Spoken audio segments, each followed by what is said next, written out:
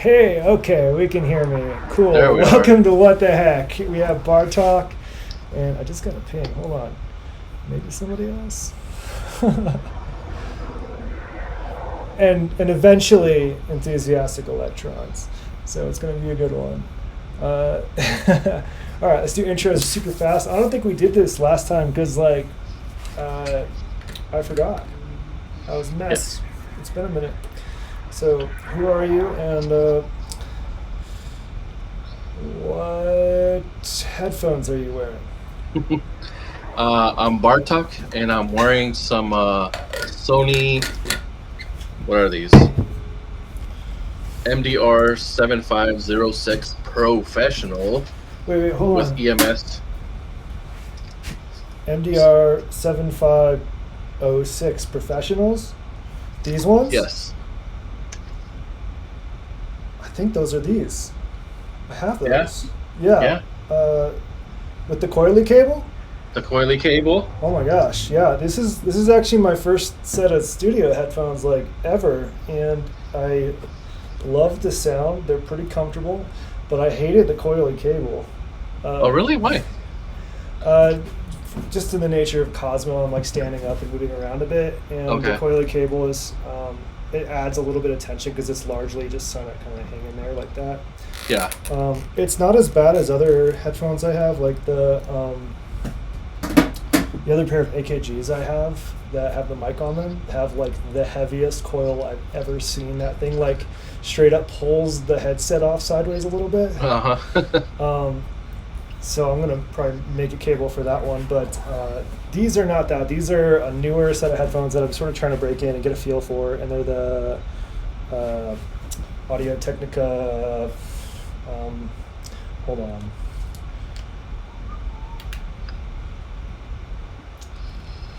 ATH M50X, like the go-to monitor headphones, which is weird because I'm not used to not hearing myself because I like open back headphones, but trying to get used to them, so I'm wearing them. So, yeah, I would say this is my second pair. Before this, I had some open back, but due to noise complaints, I switched to these. I just cracked a beer and it foamed everywhere, so I'll be Yeah, right go back. take care of that, and I'll keep them entertained. So, headphones, exciting talk. Um, I got these on Amazon. I think they're like $80, and they work great. I've never had a very expensive pair of headphones, and for what I do, which is just record my own tracks on my system and play them back on my laptop, they sound great.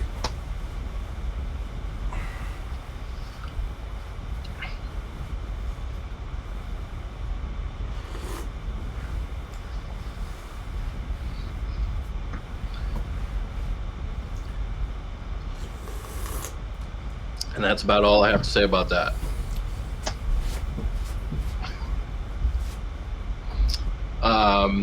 This is What the Heck Wednesdays, temporarily switching to Wednesdays due to time constraints, but you can also catch us on Sundays. But we'll be back on a Sunday schedule, I think, in a month or two. All right, I'm like 0 for 2 on this set of beer. Oh well.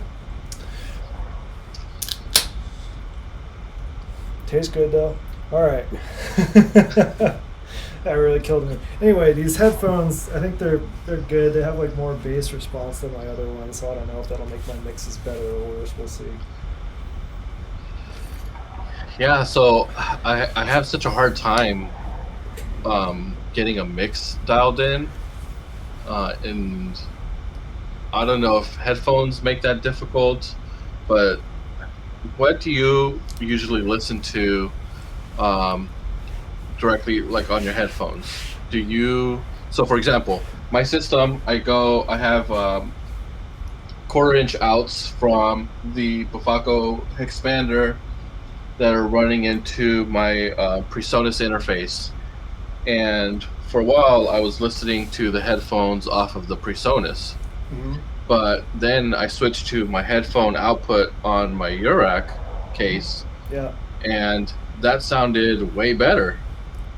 So, which one should I be listening to? Is that indicative of a setting that I have to fix on my interface, or is that just how it is? Uh, I'm not like the greatest to answer, but I've run into some weird stuff. So I'm just gonna talk about what I know. So I tend to listen through my mixer, either Eurorack or in this case I have the mixer just over my head here. Uh huh. Um, so I'm listening to that mix. When I go, um, what's happening from there is that is going into the A10 Mini, that device somewhere around there. Actually, the lit up one. I'm not sure what I'm pointing to. But the ATEM is effectively my audio interface. It's where my video and audio are coming from. The reason I'm doing that is because I like to stream, and this sort of keeps the audio and video pretty much synced up. But when I've used other audio interfaces, or even with this software, like my first stream ever with this software was like a heavy metal concert, because I needed to go in and open up the ATEM software control and look and see like, okay, the gain on it is extremely high. So yeah, Metatron is saying like, what I'm getting at is, other than the gain being high in mine, there's not anything else happening. There's no EQ, there's nothing. So I'm pretty confident listening through my mixer.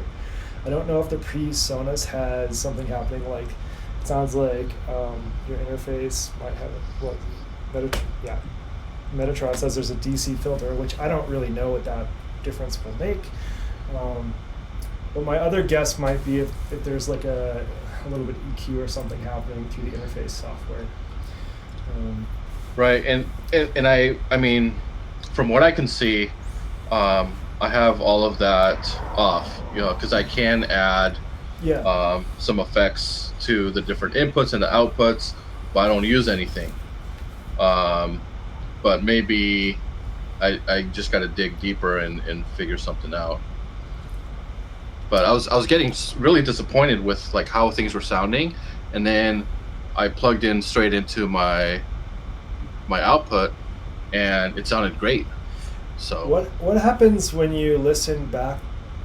Like if you're playing a track and yeah, that's a recording good in your question. computer, and you play it back right away, so you have a good feel of what it's supposed to sound like to you. I'm wondering if the streams have a different feel. That's sort of what I check just to make sure I'm not like doing anything weird. Is after a stream, sometimes I'll check to make sure gain's not too high or whatever. I'll probably have to pay attention to that. I haven't tested it. Yeah, it's yeah. I also tend to like watch my streams later with different headphones, like consumer headphones, not studio. So consumer being like they probably have bass boosting and stuff like that happening, just to see how it feels. And that's how I try to mix with my AKG. So far, everything sounds pretty good. My AKG headphones. And those are a little light on the bass. So I was concerned that like when I listened back with bass headphones, it would be really boomy and gnarly in the low frequencies, but it's not too bad. So I kind of lucked out there. But one of the weird things is with these monitors, I was playing with them a little. I've been using them a little more than usual, like actual like speakers, and it makes me question my mixes a little more, because when I play through the speakers, I can mix really quite nice to how it sounds good when I'm sitting in the right spot for the speakers, etc. Then I put on my headphones and things are just wrong. Like either the bass is too low or high, I can't remember, but like the mix is like way off. So I'm wondering if I need to practice more with the speakers just to get a feel. Yeah, it's coming through a room mic. I apologize. I didn't want to do the headset mic today. I have another mic eventually coming to be better for this stuff, but I didn't want to do the headset mic because I'd have to be stuck over here, and I don't want to pull my mixer off the shelf. That almost happened last week, so don't want to risk that. So what mic do you have coming? Hmm. It's a mic I've never even used. It's the shoot something Go. I don't know if it's Roland. No, it's not Roland Go. The Roland Go is a mixer. It's the Sennheiser maybe, or I don't know. Anyway, it's a little lapel mic thing that also I have an even smaller mic that can attach to it, so it can like sit on the belt or something. Rode, yeah, it's the Rode Wireless Go or something like that. And it's entirely for like this kind of thing when I'm wandering around the room, so I can wear headphones that sound good with my music, and I can hear your music accurately. Yeah, it's the Wireless Go too. So that's what I'm looking forward to. It could be worse. I have no idea. I don't even know, how to set it up. So we'll see. I'm sure it'll be fine, but it'll be better than the laptop mic, I think. Yeah. So that's cool. So then it's a little wireless lapel connection. Right, because I wanted the ability. So the AKG headphones I have, I'll probably sell. Like I was thinking of like customizing the cord for them. And when I say the AKG headphones, I have like an AKG set of headphones that have a mic built in, which has a really cool feature where if I put the mic up, it mutes it. But the cables are really bad, and it's tuned. Despite saying like studio headphones or something, it's sort of tuned to mid to high frequencies for vocal frequencies, with the intention that it's trying to raise the levels of voices, so people talking to me while I'm doing it. But that also means like when I'm playing stuff, if I try to mix anything with those on, like the bass is going to be boomy and bad, that kind of thing. So this is an attempt to modify that, because what I would like to do more like, hey, this is what I'm doing, but I need two hands to do it. Right. Versus like I can use the phone, but that's that's one hand where I have to talk into. So, Right. And the receiver can interface with my laptop directly over USB-C. That's cool. I'm hoping the receiver can also connect to my mixer is really what I want. I should probably have looked into that. Otherwise, there's just some mic finagling I have to do. You know what? Actually, I can add it as a second source for most streaming things, just not this particular streaming thing. Cool. Yeah, I kind of figured that. So I'm looking forward to that. I ordered it like weeks and weeks ago. Yeah, cool.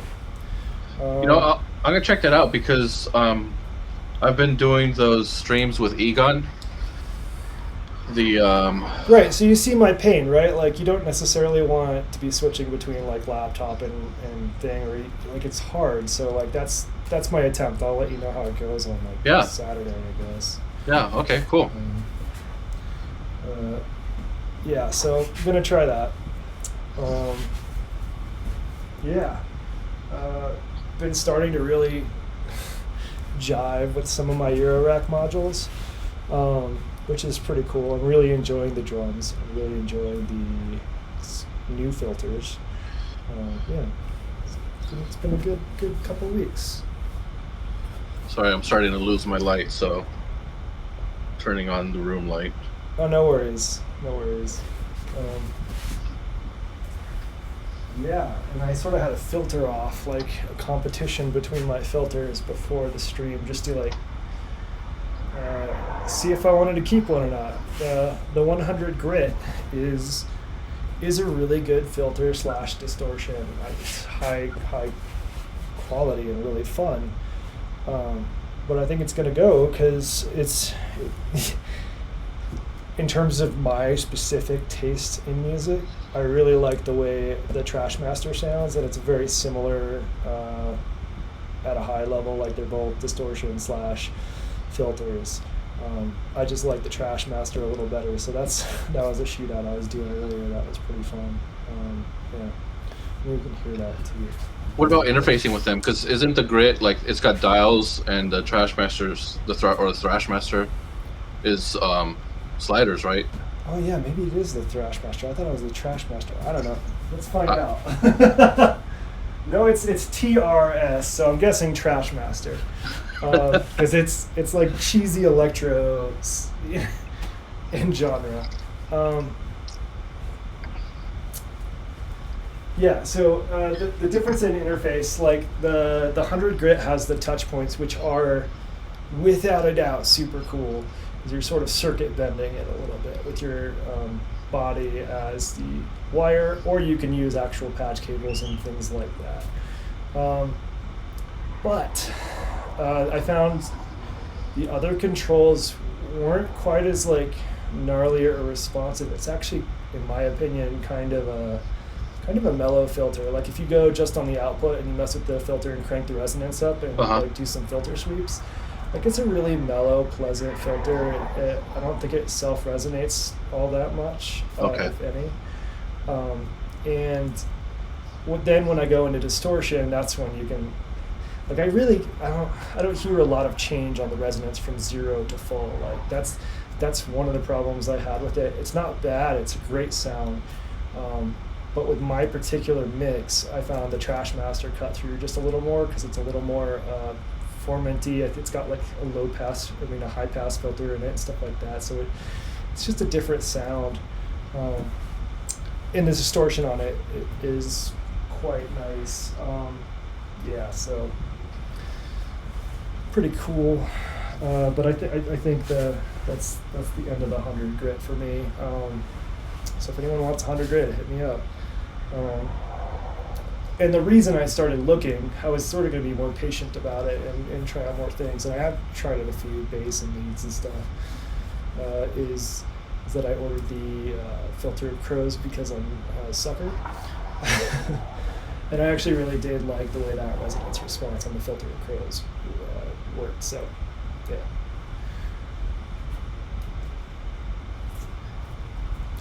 How big is that one? The filter of Crows, I think it's like 10 HP, which is kind of big for a filter, but I think that's okay. I think with a filter, I'm happy to have the space so that when I'm cranking the cutoff knob, it's a little more right. It's less like I feel like the MS-22, which I really want, is not something I can really be wild with unless the modules next to it have a lot of space. Yeah, and that's kind of like so it's going to be hard to see, but mine is tucked away right here in the middle, down this little row. And it's definitely hard to get to where maybe I should move it, but I might send it your way. You want to trade? I'm only like not joking, like kind of serious. Like if you want to try 100 grit, I'm happy to trade. Right, we can do a loan to each other and just test it out. I'm down for that. Yeah, I'm totally cool with that. All right. Yeah, because I do want to test out the MS-22 because it's one thing to hear demos, right? It's another to actually see how it sounds with your stuff and the way you like to play. Yeah. And like feel the resonance response and all of that stuff. So yeah, that'd be really cool. I'd be down with that. I think I'll probably send it sooner than later just because I was going to send it with another package that's coming your way, but I think the key switches are going to take a minute coming from China. So, all right. Well, I'll wrap it up. Cool. But that's like a great point you mentioned. Is listening to demos is really not as effective as actually getting a module and playing with it. Right. And no fault of the person making the demo. It's just everybody's system is so unique in how you plan on using it, and it just makes it really, really hard to listen to a module and then you go out and buy it, you plug it in, and it's completely different. Yeah, and I mean, I'm not necessarily talking about. Yeah, so I watched a bunch of demos, and like typically on modules I'm not sure about, I'll do that. And some of the demos will have like, MS-22 filter through like some reverb, right? Like that doesn't really help me a ton, although it's fun to listen to. Like, okay, that's possible that way. But right. But the ones that are like really boring demos, especially with filters where they're like resonance at 9 o'clock, filter sweep. Resonance at noon, filter suite. Like those help me more than anything else. Because then I can get a feel of like, especially with filters, like that curve. I don't know. I'm very picky about filters, I guess. It is a deep module. Yeah, look at that. That's why I didn't want to build it.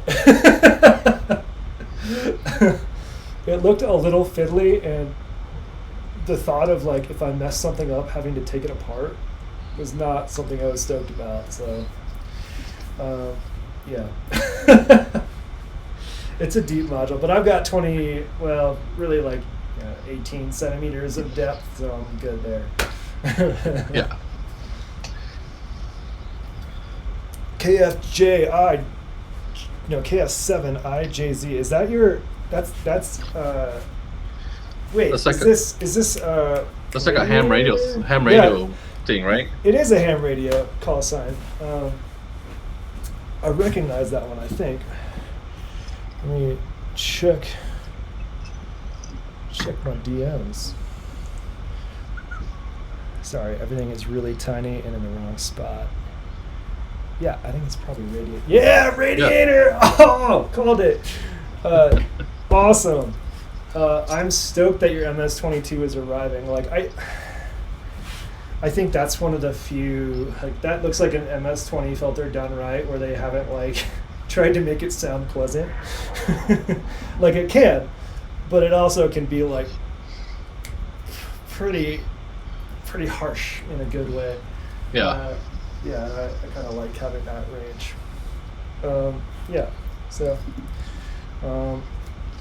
And the filter of crows looks also really interesting to me because that's an example of a filter that I've not had access to on any of my devices, where it's a really smooth filter, at least when it's in the stable mode. And that could be really fun as well for like those really smooth like funk bass lines and stuff. What's up, CK? We're talking crows. Yeah, or filters in general. So I've also gotten a couple of modules that like didn't work properly when I got them, and that was sort of bummer. Yeah, so yeah, I'm not. Yeah, I was a little bit sad that I missed the original Crow because I was curious, but the filter of Crows with the moon on it and the easier to read text and probably a black panel, I can't quite tell. Happy with that. The bat looks really cool. The wolf was the one I was the least excited about, but I was only, I don't know, I'm saving my money for Friday. Yeah. Hoping to send a bunch of money to some folks on Friday. I'll sell you my original Crow for $4K. Best I can do is $40. I'll give you like $4K and like Russian 4K. Rubles? Rubles, yeah. How much is that in US? Shout out to my Russian friends and not to the Russian government. I hope bad things happen to the government. Anyway, try not to get political. What is Friday? I can't say. And I only have rumors to go on, so I'm not going to repeat them. I'm just excited. So fingers crossed, cool stuff is announced Friday. If not, oh well. We'll just have to wait for Super Booth for stuff. Also, Super Booth's in like a week and a half or something like that, and normally I could not care less, right? But since joining a number of these modular discords, it's come up like in a lot of them pretty regularly, so I'm actually like kind of excited about it. So it's a weird thing that's happening to me this year. Where should we be watching? I can't say either, because like those questions might give it away. You'll like I won't be quiet about it when it's out. Just, I was gonna say watch Hack 7 because like if we're friends on Discord, like if we're on the same Discord servers, like you're gonna see it. So don't worry about it. Because I think it's really cool and I want everybody to have one. So, what's up? What else is cool? Some other things that I'm excited about ordering on Friday are the Doopfer Theremin. I want to use that for filters, that kind of stuff. Oh, you're gonna get the Theremin? I am going to get the Theremin. It's going to go right over here, like the furthest corner away, so that like I'm not accidentally Theraminning when I'm not intending to. Right.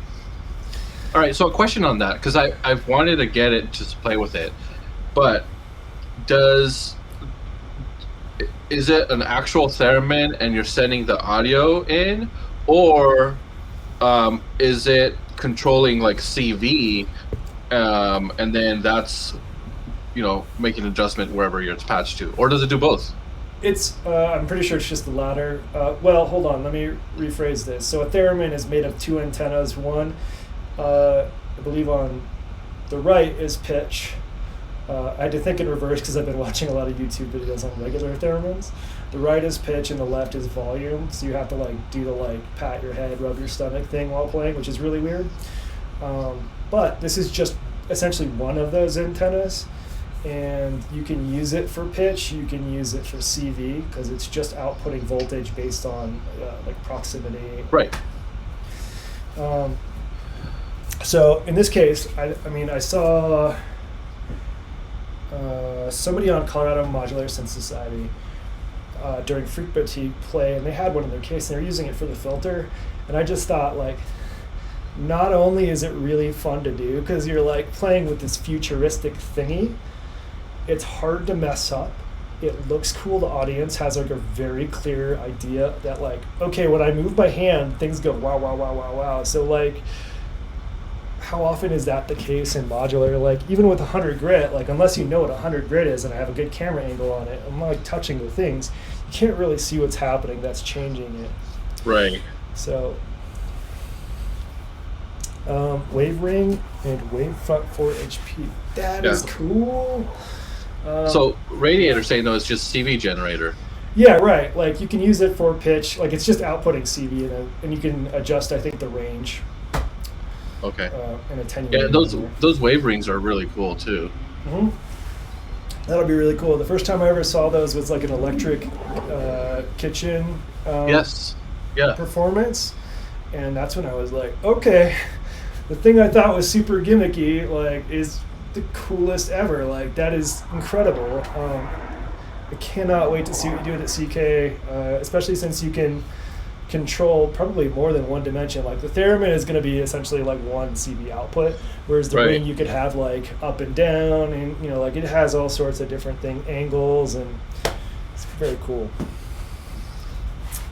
So and how big is it? It's not very big, right? The Theremin? No, it's I want to say 10 HP, maybe less. 8. I think it's 10. No. 8. I think it's 8 HP. Yeah. And the other thing I'm looking at getting is that moon lander or something like that. I forget the name of the module, but it's the one that makes you sound like a space person. And the reason I'm getting that is to hook up to my telephone, sort of semi-permanently, right? Just keep that in there. And sound like a space person. Right, and then I can do some other things pull out the noise and things like that if I really want to get funky. Yeah, so I'm excited about that. It looks like somebody just popped into, I don't know.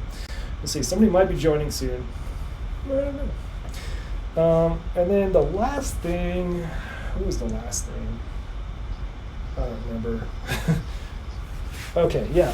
Hey, we have a third person. Just a sec. I gotta. Oh, there for a second. There we go. I'm here. All right. Who are you, and what headphones do you wear typically? You're not wearing any, so bad question. Can you hear me? Can you hear me? Yeah, yes. We can hear you. Great. I just plugged things in. All right. Well, I am Enthusiastic Electronics. People call me Tim, and I'm down here at my desk. I've got this. What I wear most of the time is the AKG 240 Mark II. Yeah. I I had love the, those headphones. I had the original ones, which in like 1998, I asked a pro sound friend of mine. I was like, "What headphones should I get?" And he's like, "Get the AKG 240s. They're the ones that I keep repairing. Everyone I know, like other phones break. You get new ones. This one I repaired. They're workhorse. I have those forever. And then last like 2 years ago, when I started working with those on all the time, I thought I'd break. I had different headphones that I wore all the time. I broke those out, and it was they did not work anymore, and they were like Hmm. 8 years old. So I got these new ones. They're great. They're like the most comfortable. I mean, the reason I love AKG so much isn't necessarily the sound quality. Like they have pretty good sound quality, but the comfort of them cannot be topped. Like they're the single most comfortable headphones I've ever had. And then I got these because I was working like 10 hours a day with headphones on. Hmm. Pandemic. Are those biodynamic? Which ones are those? These are the biodynamics. Some people on some forum were talking about how great they were. So, and I was like, I'm gonna buy more headphones and write them off. Sure. I was looking at those too, and then there's also those giant headphones that Heinbach have that just make his head look small, which I want These are just for like. comfortable. These are really comfortable. They sound nice. They were great, and then the jack broke. Oh, So now they don't sound like much of anything. They've got a no pass filter built in. that's pretty handy though, because like in case there's a harsh noise or something. Yeah, no, there's a loud noise. Put into the 100 grit, take it right off. Oh yeah, easy peasy. No, I think I haven't been able to repair that yet. I will. Yeah, that's an easy fix. The Bill and Tell. These Yeah. Very cool. Grados. Yeah, I've got some Grados too. I don't think those are as comfortable, but the price point is pretty perfect for what their sound is. Like they're great sounding. But yeah, I'd say, but these are the ones I use the most, and then I also use the Sony. I don't have them here somewhere else.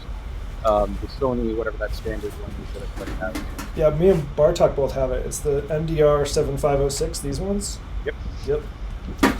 Great headphones as well.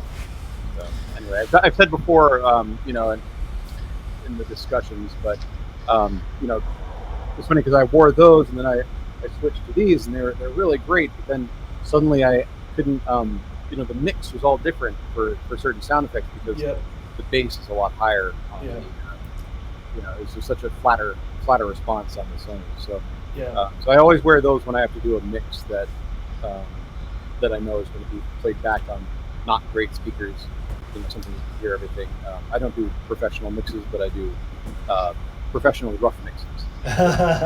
Other people can hear what's going on. So, so generally I'll edit with these mostly, and then I'll do music with these, and then throw those on if I need to. Hear the flat response or be in a noisy area, and I don't want to hear the outside noise. That's cool. Shock value when you do some headphone shopping, hit us up. Like my advice would be to skimp or just don't get speakers, because I hardly ever use mine. Like if you have other people in your house, speakers just don't get used as much as you'd like, unless they really like your music. I don't know. I'm not in that situation, so I wear headphones. So I get the ones that are the most comfortable, because I might wear them for like an hour before I stream, and the stream might go for an hour. So like 2 hours with these things will crush my ears to the point where I don't want to wear them anymore. These are the Audio Technica MDX or whatever, standards, ATH M50X or whatever. Yeah. I don't like that feeling. Like they sound good, I just don't like open back. Don't touch my ears too much.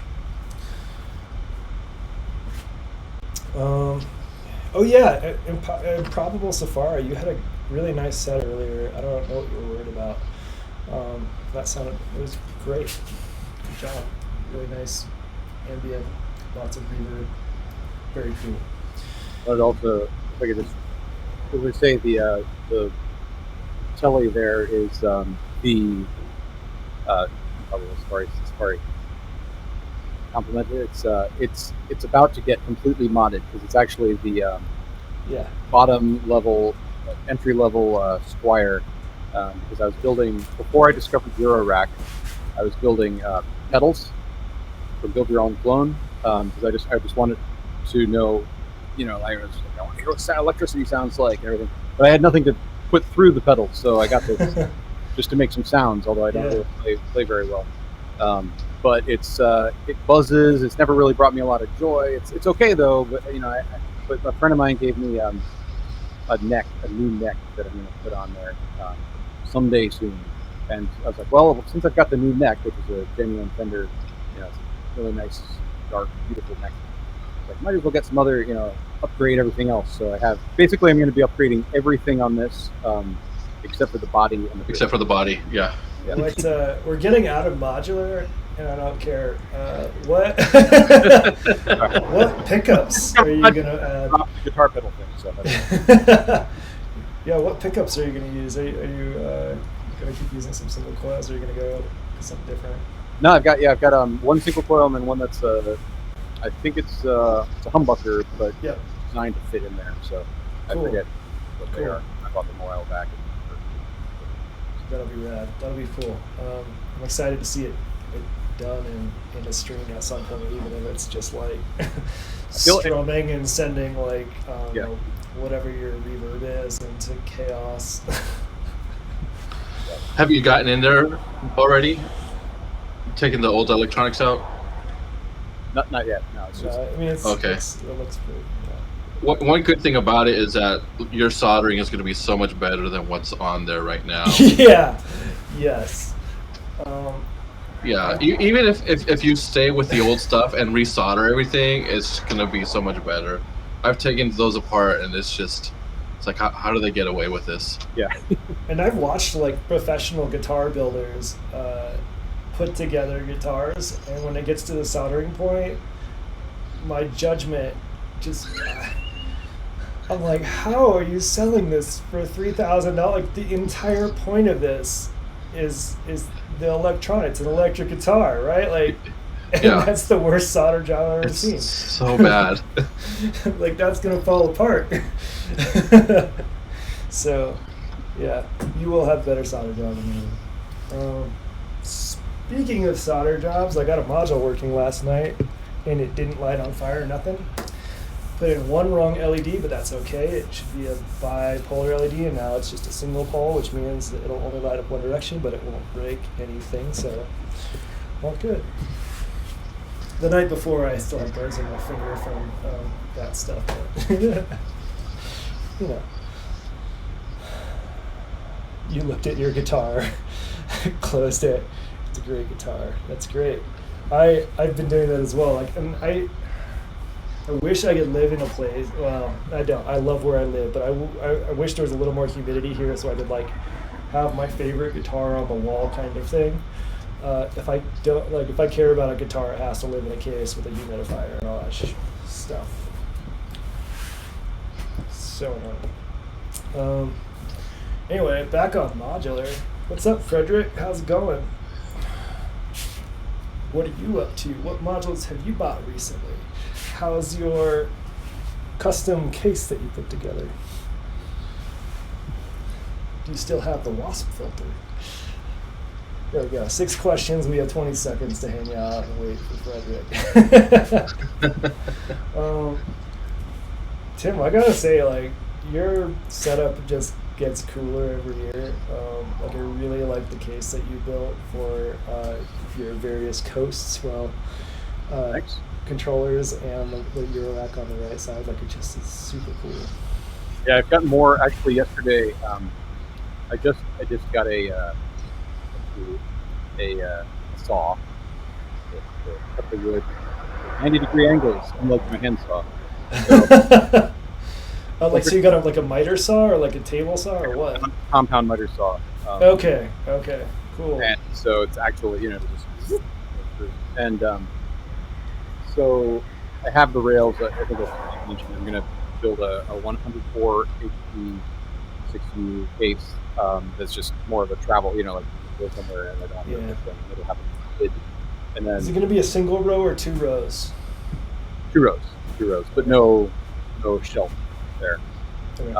But then I'm also making one that's basically going to be the same as that, like the shelf, and then 2 rows next to it, but the 2 rows are going to be 40 HP, so it's basically going to be the same width. So half will be the notebook and the other half will be just a couple modules to play with that. So it's really going to be cool. around the notebook thing, and that's going to be smaller, also portable.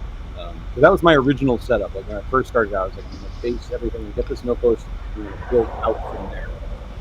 And so at this point, like it's a separate thing because I have enough other modules going on, but I still like that idea. Have that as an instrument, really just keep it as focused as possible.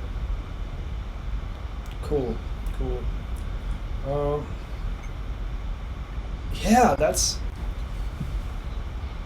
an idea I've been sort of toying with. Is like, what do I want to do to like make a little portable thing? I don't know if I want to or not. I think I'm sort of like, I think my current Eurorack case is about as portable as I'm going to get with modular for the foreseeable future. I can carry it. It fits in my car. That's good enough. Yeah. Yeah. And it's almost full, so I shouldn't weigh too much more. Although, you can see it's kind of a mess because I don't have any more short cables, but I'm working on that. Well, I'm not. Somebody is.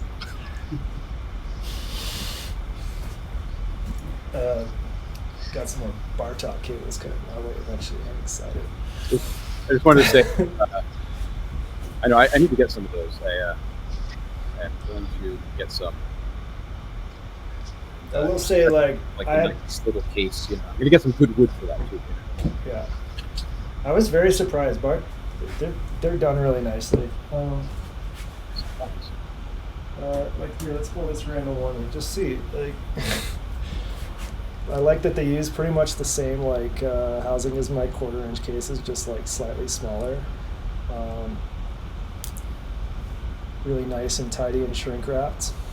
Never had any connection issues with any of them, so I'm definitely using all of them. So I'm really happy. I have actually a pile of 1/4-inch cables over there that are my 2 repaired pile. I just wanted to show one thing, like before we totally leave the guitar. Yeah. We've left guitar, but just this, because there are so few components inside that guitar, and now I'm used to, buying a lot more for, either slightly more complex than what's inside a guitar. Yeah. Basically, replacing the insides, it's just like a couple potentiometers and then a actor. Yeah. And I was like, all it is like one capacitor. So I went big, and this is the most expensive capacitor I've ever bought. It's what is it? It's What was it, like $2? 0.001 UF. No, it's orange drop. It was $5.50. What? One That's like you could get like 300 capacitors for that. I was like, this guitar is gonna. It's gonna sound like $5. It's gonna be so good. I know. The only thing, I got some Fender tuners here. The only thing is like probably one of the key components I'm not replacing, the bridge. I can't because the body's a different depth. Anyway, sorry. Yeah. The bridge is a little more involved, I think. I don't know. I never really messed with the bridge. The next, it was like at that point I was just like, I mean, the neck's pretty brave alone, so we'll see. I'm curious to see how that goes too. Maybe it's just bolt on; it'll just work perfectly. I wish I could show you my friend. So the friend who sent me the neck, he built this guitar it's the most beautiful guitar. Like he does a lot of DIY stuff, and he it's a neck. I don't know what kind of neck, but the body is basically just boards, like. And he cut them into a guitar shape, and there's a gap in between, so it looks like a picket fence kind of. So it's like just old boards. Oh, that's cool. But he has the hardware on it, and it works, and it's great. That's cool. Yeah, that's really cool.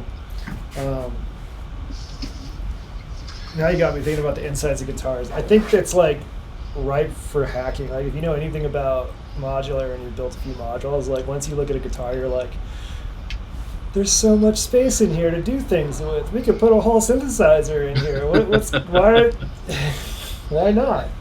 And I've seen some folks do it, some more successful than others. I think it'd be great to like incorporate like, I don't know, a big honking button in your guitar, you know, like. Very good. So how many Um, kits do you have lying around typically at a time? How many what? You just kits, like you just have like a stack of kits, or do you sort of build as you go? Like you have a couple and you build them, then you get more, or do you just have like a big store? Most of my stuff is Cosmo, and I go through phases where I'm paying more attention to the forums than others. And typically, I'm keeping an eye out for folks who are like, I'm going to build a Morse code module. And I'm like, heck yeah, if you have extra PCBs, hit me up after, you know? And so that's how I accumulate a few more kits. I fell behind because of my second to last BOM bill material order. I missed key components for every single kit. Like, I don't understand how I did that, but like a key IC, like a specific diode, some surface mount things that I didn't catch were surface mount. Every single one I missed stuff on. So that was why I have so many sort of lying around. I think I have 5 of that particular set and then a handful more. So they're just sort of accumulated in that sense, because there's an aspect of like, well, if I don't get it when it's available, like it's just I'm either gonna have to like see if they've open sourced it and like order PCBs myself and like go through a lot of hassle, or I could just like help fund them to keep making cool stuff. So I choose the latter. Yeah, so that's why I have so many. I think I have probably around 6 to 8 kits right now, and many of those will get built pretty quick in the next month or 2. Because that bottom case is a Cosmo project that I've been sitting on for a while. That one is going to be the anything goes case. Color, design, doesn't matter. I don't care what goes in that case. It's going to be cool. Yeah, so that's why I have so many. It's not necessarily like I'm buying them to build right away. I just get it while I can. Scarcity. Yeah, I'd made it through all the kits that I had, and then I bought several more. But one of them was involved, but the others were just already populated boards. We just had to put on jacks, and so those are pleasant. Yeah, I had three out of 4 of the last that I bought were like that. The Mux Lacer was not like that. It has 25 jacks and it's a very dense board, but it's a beautiful, beautiful board. Yeah.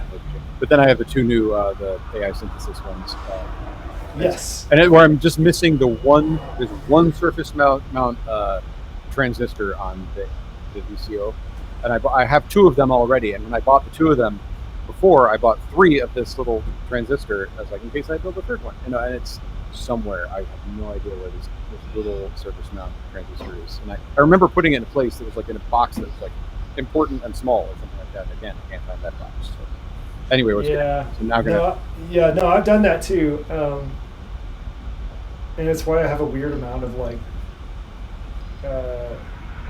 L7805s and things like that. Because I've like misplaced them and I'm like, well, I need to order them. Yeah. The one kit that I've been like sort of intimidated by, like I've built a lot of weird stuff. I built like that DSO whatever oscilloscope a long time ago, and that one isn't like the most user-friendly kit. It's all through hole, but like all of the resistors are just like thrown in and unlabeled and things like that. So like I would consider that a fairly mid to high difficulty in terms of like a soldering project. But the baseline, that thing is intimidating. It's all through hole and absolutely crammed together. So I have a choice. I can either build with the 1/4 watt resistors that I normally build with, or I can order, like painstakingly go through and order like a specific size of resistor that's a little bit smaller that fits in the footprint just slightly better. Because otherwise, with my resistors, they'll have to be up on end, which if I'm not careful, you can like fold them over and make it short. Yeah. So that one, I'm trying to knock off some rust and get a few things built successfully before I get into that. But also, I forgot to order the sockets, so I need to order those probably tonight. I forgot that I need 3.5 millimeter sockets because I never use those. Like, I think I gave away the last ones I had. Yeah.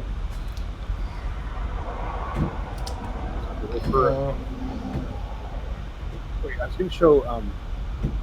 I did one thing that happened though is I went through all of my components. You know, like I have 4 boxes, 4 just out of reach, but you know, IKEA box, like plastic boxes not that big, which have everything in them, and then a larger bin. And I went through everything looking for that one little transistor, and so I dug up some old stuff which I hadn't really looked at in a couple of years. And when I first got into modular, I just, you know, I didn't realize that there was how much there was to know about electrical engineering to make it actually work and not blow up. And there's not a lot, but there's more than I knew. And so anyway, but I was really gung ho, and I just like, you know, oh, CMOS chips, like ICs that do like, you know, flip flop, and you know, logic chips and all sorts of things. You know. So I just like bought one of each of like a whole bunch just to play with, and mostly didn't get them to work, and then did get a couple to work, and that was cool. But then basically I totally forgot about them. So I don't know why that reminds me. Like, I was in Japan, and there were vending machines for ICs. Like, you didn't know what you were gonna get. It was one of like 25 different kinds. So that was. I feel like you sort of made your own version of that. Like, oh hey, like I've got this now. Grab bag, yeah. There's a hackerspace in New York City where I used to do my laser cutting. They have a vending machine that has, you know, you get candy, chips, you know, breadboards, you know, things like that. That's right. Yeah. That's perfect. Throw a few like teensies or something. That's cool. I don't think there's anything like that anywhere near me. I was in the island of Penang in Malaysia one time, and that's I think the TI factory is there. And so, you know, whenever you're in a town, like there's the industry billboards up. So I live in Los Angeles, so there's a lot of movie and TV billboards up. You know, and then you go up to the Bay Area, and it's just like a lot of tech billboards up. You know, I loved it because in Penang there were big billboards with like resistors and, you know, components. You know, That's so cool. Yeah, I would love to go. Now that I've done a bit more DIY stuff, I'd love to go to. I'd go back to these places that have just like components everywhere. Love to go to China, you know, like Shenzhen, hang out, buy way too many things. Yeah. Now I know. I mean, I don't know. I'm not stopping on Cosmo. Like, somebody asked me this morning if I'm like abandoning Cosmo and going full Eurorack, and I'm like, no. No. If anything, I'm gonna put that Eurorack. Let's see. Let's point. Yeah, I guess I can just point at it. I'm gonna put that probably where the MS10 is, and build another Cosmo column there to match this one. So. You know what it's like? You've got this room, right? There's limited space in your room, and it's like gears. You know, like you're riding a bicycle or whatever. Like you're filling up. You're building synth. You're creating more and more synths. But like, in order to not run out of room, you know, basically you just need to shift the gears. So now it's smaller. You know, so you can fit more in, go a little farther. Well, the Eurorack was so I can have a space to like I'm not gonna lie. Like, Cosmo is fairly limited. There are not very many Cosmo module makers. Relative to Eurorack, and it's kind of cool to have a place where I can swap out, play with both, and like, you know, have like my own little mini Cosmo. Like, if I want to take that into another room and play in there, I can do that, right? Like, you know, so it's kind of cool way to sort of like augment this, but like, even after playing with all of the Eurorack modules, the Cosmo's better. I'm sorry. Like the sounds are comparable for sure, but the actual like usage of it is a lot better. Yeah, I'd love to have like the space for a Cosmos system. So I think it's really cool that you can play with the both worlds Yeah, and mix them together if you wanted to. and I'm lucky to have space. Like I do live like in the middle of a tiny town in the mountains, so like housing is cheaper than like if I was in Denver, I would have one Cosmo case and probably like a Mantis case or some smaller Eurorack case because I'd be able to build stuff. Just be outside of some soldering, I could do some soldering still. You don't need much to solder. Got a handful of small bins and soldering. It's nice to have a place where you can have things set up, though. That was the last, when before I had this space here, it's just, the desk, like I had to set up everything, just like that extra step of getting everything out and then putting everything back into, completely enclosed case was just, it's not that hard, but it's like, but it was just, one step too many to be able to just do a little bit. And, Right. Yeah, I agree with that. actually, yeah, like I didn't have modules, like I didn't build some modules for the better part of a year, but I had a couple kits lying around. And then finally one day I was like, I'm going to work on it for 10 minutes a day, and at the end of the week, they're done.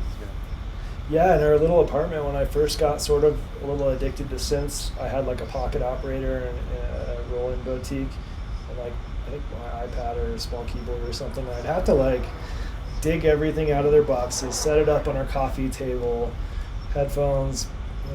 Finally get 15 minutes in, I get sounds going, and the MIDI's all working and everything, and then I put it away. So I just didn't play that much. Speaking of mini sound things, my daughter's Tamagotchi I had in my pocket, so it was just demanding attention. I just got a Tamagotchi. Hold on, be right back.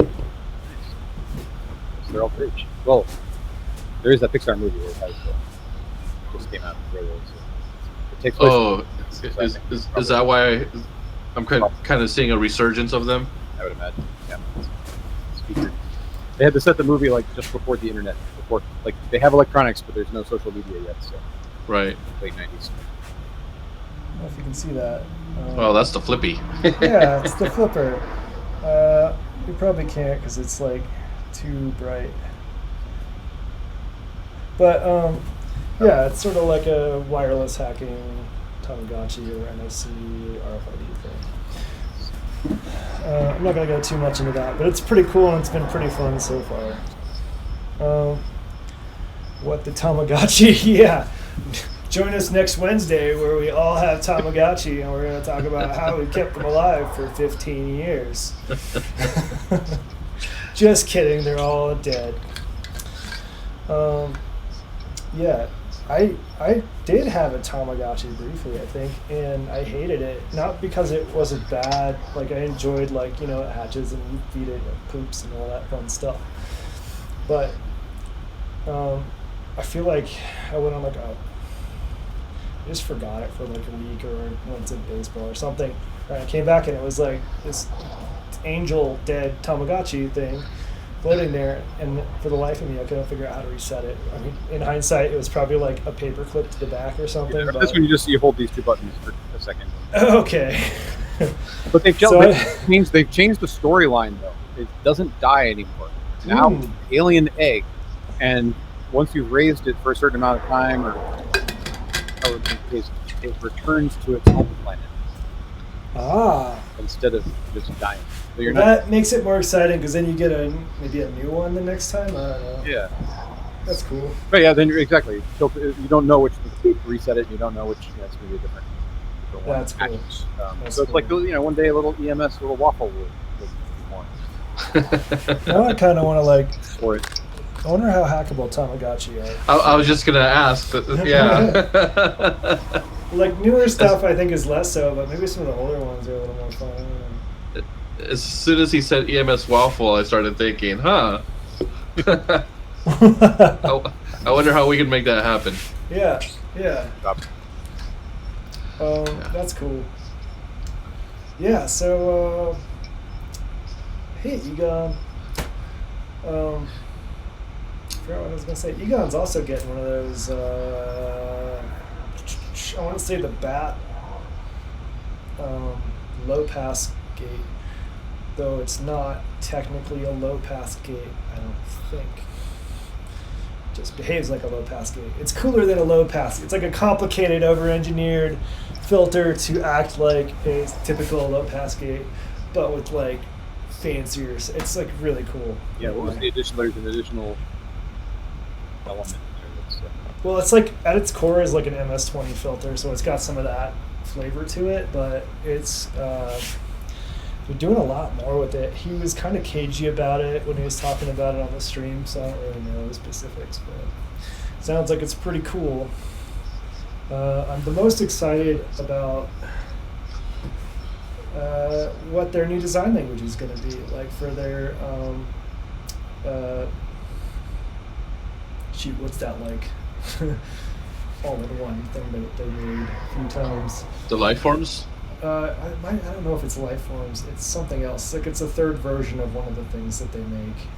But I'm excited to see it. I think they're announcing it at the Super Booth. And it'll be the design language they use going forward for various things. Like they have, you mentioned a mixer that they're making that's 2 panels that are 52 HP wide. that's a voltage lab. Is it? Voltage Lab, yeah, Voltage Lab 3. I played with Voltage Lab 2 or whatever the one was that came out a couple years ago. Yeah.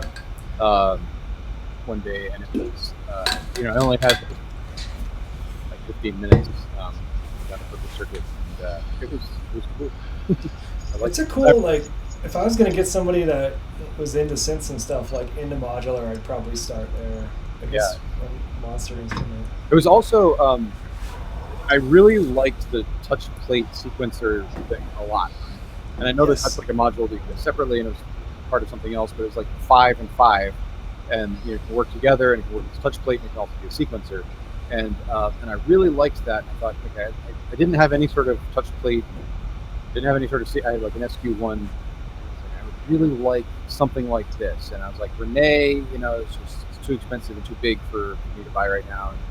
And, I was just trying to figure out, and I was like, maybe I can start to build one. Okay, I got a teensy, I get some pennies as the touch, do that thing. And I was like, trying to like either dream up or figure out what would be a good sort of thing that would do all of that to control my no coast, which I had just gotten not too long. I got not too long before. Yeah. It's like I need something that matches the no coast. It's a touch plate controller, sequencer, thing. And then literally the next, like 2 days later, they announced the no control. I was like, well, that's done. That. So I think those are so cool. Like, probably not in the near future, but at some point I want to give Make Noise a lot of money for cool stuff. Like, I think so many their modules are really, really cool and really fun. Like, most of the music I tend to stream is more predictable sounds, but the stuff I like to do on my own, like with the Soft Pop 2 and Soft Pop, are like right in the same vein as Make Noise, where there's a lot of discovery, a lot of fun, just really weird, cool stuff that I don't know. I'd love to try out. Like the No Coast and the No Control just look really fun. Yeah, I mean the No Coast, it's just like a Swiss Army modular. Just any part of it. Like I use individual sections of it all the time. Right? Yeah. For, slope or whatever. Yeah. And that's typically how I use the maths too. I'm thinking about maybe a maths alternative. We'll see. Not because maths is bad, but because I need like 2 HP for a thing. One of those people. Yeah. Like right now I pretty much just use maths for slew and like voltage offsets and stuff. Pretty cool. Yeah, I'm sort of hoping that, I keep wanting to point at the screen, but I'm hoping that case will be sort of my Swiss Army knife in terms of like the whole setup. So maybe like right in the middle, sort of near my main Cosmo case, so I can go back and forth between them. I can now, but like it's a little precarious with like a 8-foot cable or something. And I don't have a lot of those, and I'm not going to make Bartok make 8-foot cables again. I will if you need them. Yeah, I hope I don't. That's why I'm gonna probably keep Cosmo and that's it, because I've got like it's easy to find long instrument cables that can do that. So. Yeah. All right. I don't know what anyone want to talk about. Anything else? I haven't even checked the thingy. Oh, hiking. Let's talk about hiking. I am excited about hiking because it's like starting to be hiking season almost here. I think we're going to probably go do some uphilling, so hike up a mountain and ride down this weekend just to like start to get our hiking legs back. Also, it's sort of spring is the safer time to ski around in the backcountry because I don't want to die.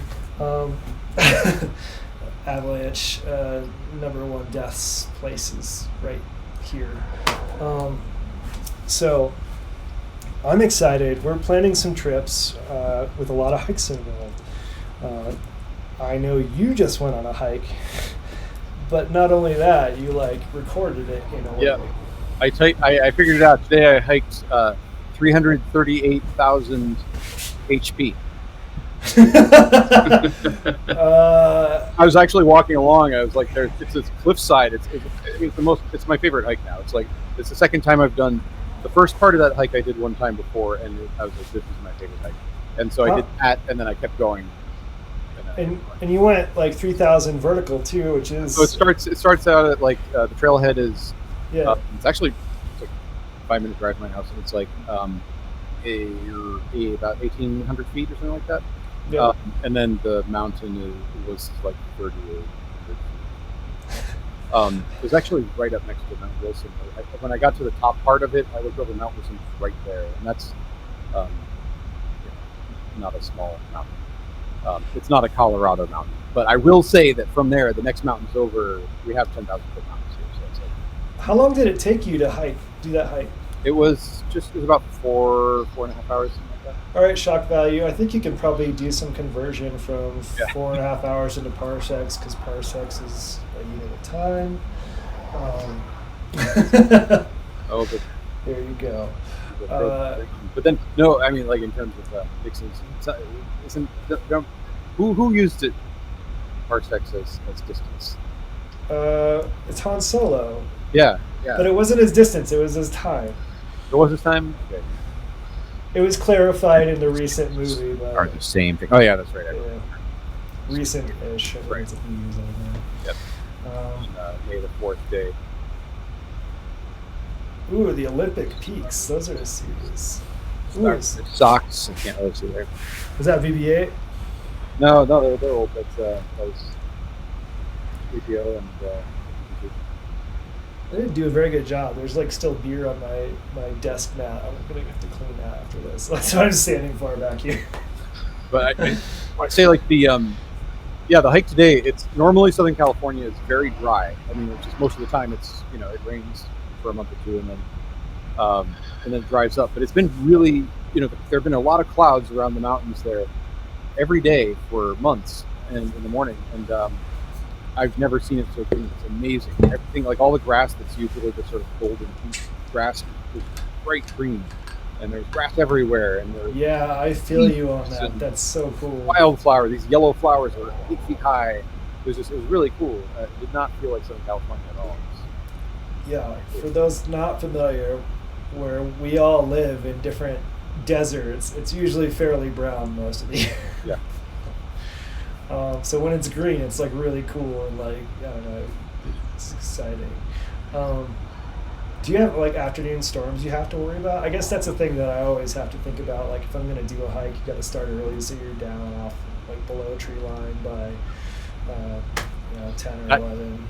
We got a summer storm last summer in August. I think there was an afternoon summer thunderstorm here. That's the first one I've ever seen. Yeah. It was like an East Coast like.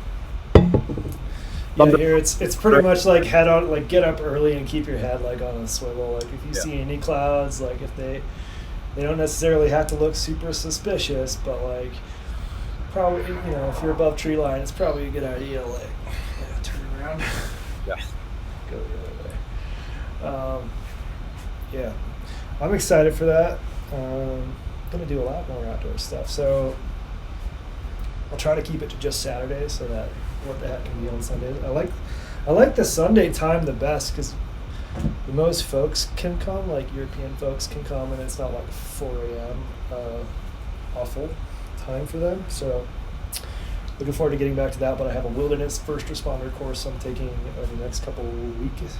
Not this weekend, but next weekend and one after. After that, I think I'll be back to What the Heck's on Sundays. Yeah, we good. It's basically like glorified lifeguard class, but in the mountains, like how to stop bleeding and all this stuff. Because we hang out in the mountains a lot. Now, do you ever bring a little synth along? A little backpack synth? I don't have a lot of. Well, I actually have brought synths along. Microcosmo. I'm gonna come back to that idea in a second. The OPZ is the one that's come with me the most places for obvious reasons. It's very small and light, and I can toss it in any backpack. I think the soft pop is also really cool, and I brought it a few places. But the thing about it is that it,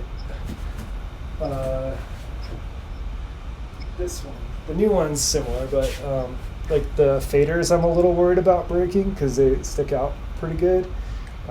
So like if I don't have like the right case, I'm not as confident just like sliding in a backpack. Yeah. Should you get a little Pelican case or something for it? Yeah. Well, what I'm planning actually, so yeah, I've been wanting to do stuff mobile, and the OPZ does not. Well, it's really fun. Doesn't really cut it for me in terms of sound design. Like I have sound sculpting abilities, so like based on what Teenage Engineering has come up with their voices, I can modify some of the parameters, but it's very different than like coming up with a voice. But the Dirty Wave M8 has my attention. I pre-ordered that like a couple months ago, so hopefully in July that'll show up, or June or whatever.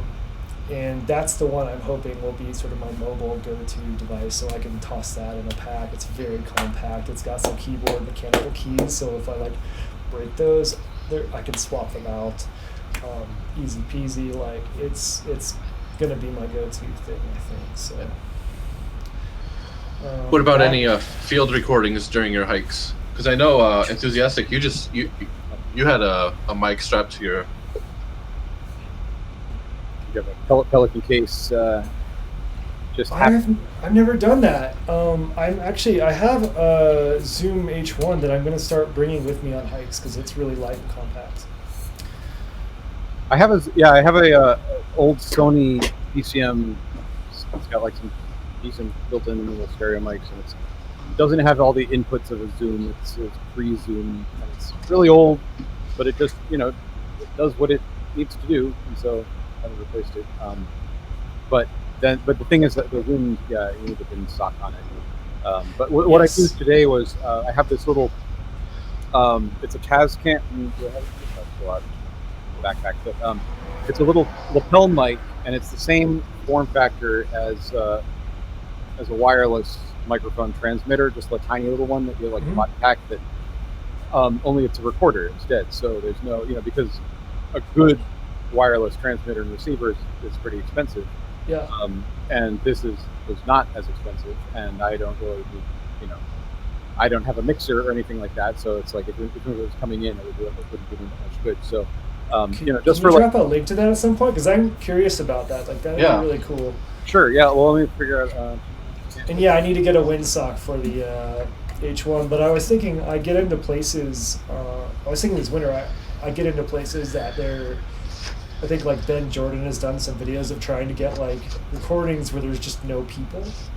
I'm quite often in places where there's like no evidence. There's not even like airplanes going overhead. Like it's just quiet. So I can set it out, hit record, walk 1,000 feet away and just let it go for 20 minutes or so, and get some nice like nature sounds to throw up on wherever for folks to use. I've got some old some sound recordings that I've done over the years, which I've never done anything with, but that includes like a mountain stream, all sorts of sounds. New York City. I used to go like I would do things when I was commuting on the subway. There were a couple times where I just record the entire trip, um, and so I've got those somewhere. I should use those for something, but that's where I wish like the Soma Ether anti-radio. I really because I love that kind of thing. And I go around to like the little suction cup thing, which I know you have, like a little pickup. If you put that right up to something to make sound, it'll sound great. But Yeah. this just picks up. I mean, I would like that. I wanted that, but now I'm not like commuting on the subway. I'm like, if I was like every day going through like heavy urban area, I could justify it for sure. But right now, there are other things that are higher on the list. Yeah, those are cool things. I think the Soma Field Kit also seems like one that would be really fun to go just like hang out there. It's weird because like there's a lot of cool sounds out there. Like right now, there's a lot of dead there's dead trees standing, and when there's just breezes, you'll hear them like creaking and stuff like that. It'd be cool. So I probably will do more of that this year. And find a place to upload it. I don't really care who. Like, I'm not trying to. I don't want anyone. I just want people to like use it for stuff. For anyone who doesn't know that thing of the Soma Ether, it's a little box about that big, and what it is the way they describe it is with a radio. There's all these radio frequencies coming through the air, Yeah. and the way that a normal radio works is you tune it so that you filter out all the frequencies except for the very specific one that you want to listen to. And this does the opposite of that. This you hear all the frequencies, all the things coming. So you walk around, and it's just Heimbach's got a good at walking around. Yeah, it sort of looks like this, and it picks up like magnetic. I think this one. Well, I don't know if it's electric. It just picks up radio waves. like an iPad, Yeah. iPod or phone. It's like that. Rubber. Looks like a hard drive. Yeah. But Radiator asks how I'm getting along with the Apex Hotbox. I love it. There's things I would like to see them add or change, but I'm not convinced enough to get rid of my pyramid. If that tells you anything, for a couple of reasons. One, the pyramid cannot be topped in terms of number of things it can sort of connect to. Like, it has 32 available tracks. That means like if I want to be able to edit a track on an instrument, like if I want to be able to edit a sequence on an instrument while another sequence on that instrument is playing, I can have two parallel tracks for that instrument and just have one of those muted and like edit it. Then I can swap them out when I'm ready. There's a lot of cool stuff. It's also really good at polyrhythms. The pyramid is. The Hotbox, I think, is going to be good. I haven't spent enough time writing a lot of new material with polyrhythms yet with it, but it doesn't have like on the pyramid. I can be like really quickly like I want 11/15ths or something, right? Like I can get real weird with it really fast, or 11/4ths or something. Like unusual time signatures, and I can dial it in. I don't have to know what that sounds like going into it. With this one, it's got elasticity per track, so if I know some math involved, I can get pretty close to those triplets and things. It's just a really good sequencer overall. I think for live stuff, which is what I'm planning, like I want to do a set that's an hour long. I don't think it could be topped because I can save stuff while it's playing. There's no interruption when I'm saving. That's a big deal. I can load a second project and I can like mix tracks together. So like if I have two things I played enough to know, I'd be like, okay, well I want to slowly bring in this one, or I can play back and forth. Like there's some interplay between those tracks, or I can just switch song. Like all of that while it's playing is huge for me. So those things alone have made it my primary for now. Still a handful of bugs. I would love to see some things changed, but they're already on it, so we'll see. Basically, I like it. Also the hardware is really good. Bartok also has one of those dealios. So I got off camera to go find it. I made this. It's basically I took a metal tin with a screw-on lid and put a piezo pickup inside, and then I hot glued that down. Waited for that to kind of dry. I might have used epoxy, Yeah. and then and then I filled it with like nuts and bolts to give it some weight, and then added more epoxy, and then I dipped it into like a Plasta dip material, and I did enough to go like up my cable a bit, and then made it super long. So it's waterproof. So it's waterproof, and then I connect this to like my H5 to do some field recordings like in streams, or just also like an ice, put it in a cup with water and ice and just like slosh it around, get some interesting noises. But I have a couple recordings that I have from some camping trips where we were next to a river, and I would just kind of go out and let it sit and get some cool sounds. That's cool. That's really cool. Melting ice. Maybe I should like make myself a quick. I have like when you order things in bulk, sometimes you buy more than you need. Like in the case of piezos, I think it was like a few cents per. So I was like, sure, I need 30. So now I have like 25 piezos to do something with. So I think I have a pack of piezos too, because it was the same thing. Like like I needed one for that, and it's like $1 just gives you a pack of so many. And there's a little bit of freedom in that. Like I was, normally if I have a component and I want to do something weird with it, I'll have to like search up to see if anybody's done it. But this case, like with piezos, I was like, that's a little too big. It's a little too wide. I'm just gonna see if cutting it will mess it up.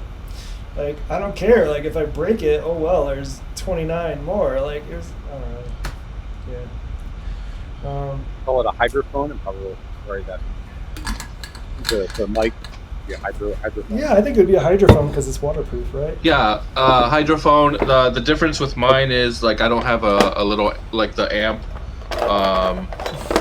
You can build them maybe if you had a bigger tin and put in the components to have a little amp pick built into it, and that would give you some better audio quality.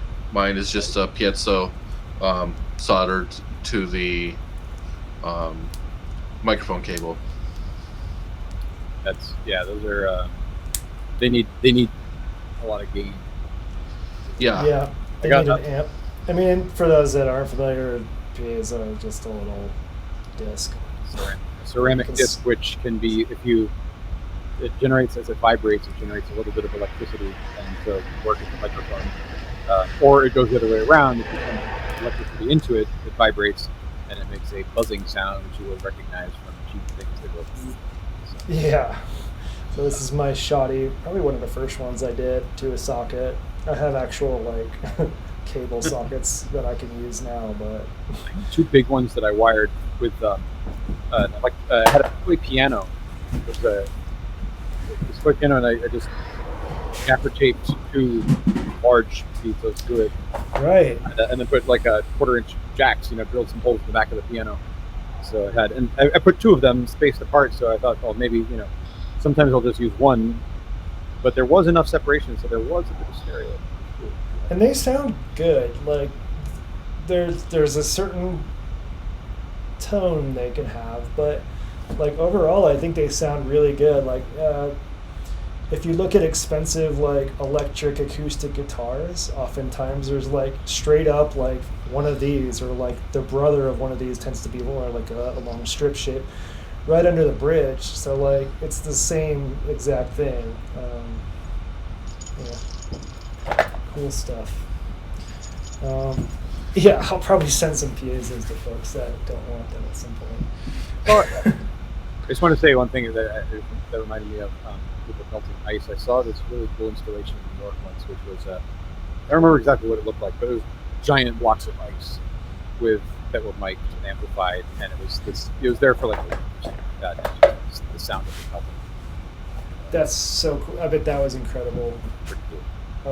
Improbable Safari. I think this is before your like time on EMS, but I used to like be in a laundry room just a few months ago, and I had my like washing machine and dryer piezoed up permanently just because they're great CV sources.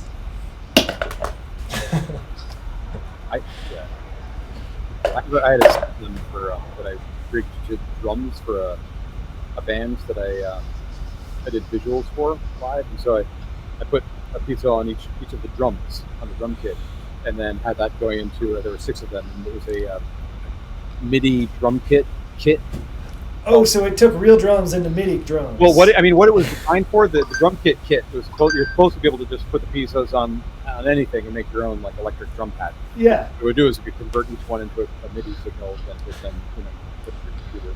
Right, So, that's so cool. you're supposed to like cut out pads, like mouse pads or whatever, just like make your own or coffee tins, Yeah. But instead, I put them on actual drums, and instead of making sound, what it did is it triggered different video events. So one was wired to a different video effect that was being projected onto the band, so it effectively was lights.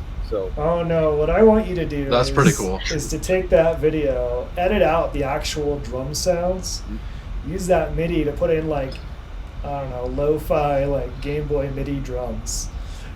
I don't know. Some like plonky, terrible sounds that don't quite match up to what's happening, but like the timing's exact. right. Anyway, I think we've gone long. I think it's good to call it, unless anybody else wants to talk about stuff, ask questions, or whatever. I'm excited to get back to playing with these filters, and you know what? I might do a quick like little filter demo before. What's that you just picked up? I don't want to go too much longer or anything like that, but I did want to say this is something I was thinking about. This is a touch strip controller that I built. Yeah. And I, for some reason, like I built it a couple years ago, and I made these videos years ago, and for some reason in the last couple of weeks, I've gotten a bunch of people commenting, asking how I did this and everything like that. And this is like just a box that the a record needle came in. But It looks nice. that's the inside, So basically, it's just Is that a breadboard? yeah. Well, it's the Proto board. good perma proto board. So it's it's a high quality proto board that looks like a breadboard. Yeah. And but it's really nice. It's good quality, so it's like it's not cheap. But anyway, so basically that's a trigger or gate, and so and these are just auxiliary, voltage that you can send to whatever you want. So it's if you plug that into the gate and pitch CV of a synth, and you could Super cool, super performable. yeah, it's great, and it worked really well, and then it stopped working really well. And I realized also, like, since I built this, that like it's totally wrong. Like I need to buffer. I have enough capacitors, so like it's okay. I have enough resistors, so it's safe-ish. But I don't have any op amps, and I feel like what I need to do is an op amp. At least a little TLO 71 or 2. But I'm also considering making this, so I might redo this with that sparkly green enclosure that I've talked about earlier. And like maybe sort of document like a better, like a buffered version of it, a better, maybe put in like the regulators and all that. But I'm also considering putting a teensy in here and just using this, turning it into a sequencer, like putting a strip of LEDs along here, and that's cool. Make that into Make it switchable so you can do both. Either. Yes. If you could make that though, like forget the teensy, I'll take that version in a 1U format. Yes. Well, then or this is just this. This is a soft pot you can get from Mouser, and it's who makes this thing. There's only one Spectra. I'm gonna stop us because we've been going for a while. Very long. Well, I'm just saying, like it's 3M strips. You can stick it on here. Oh yeah, cool. Yeah, just on the edge of your case, easy peasy. Oh, that would be cool. And, sign me up for that one. Yeah, that's cool. Shock value. You're up after this. That thing is so right. Okay, so sorry I was distracted. Right, Couple things. You're trying to wrap up and I stopped it. So. Montular is happening. The themes. It's essentially the EMS challenge of the month. There's 2 themes because there was a tie. One is nature, flora and fauna.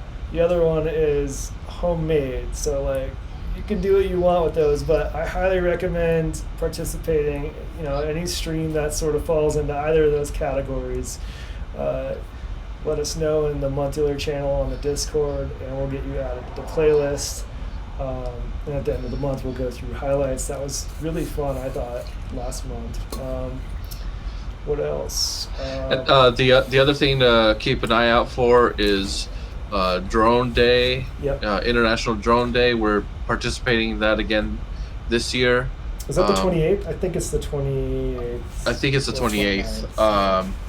So just keep an eye out on the Discord. We haven't officially announced it yet, but when we do, the spots to sign up fill up fast. Yep.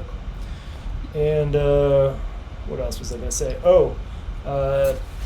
Radiator is going to be on What the Heck eventually. And we're going to probably talk ham radio and like modular and all that fun stuff. What else? If you haven't streamed on EMS, or if you have, everyone should just stream on it.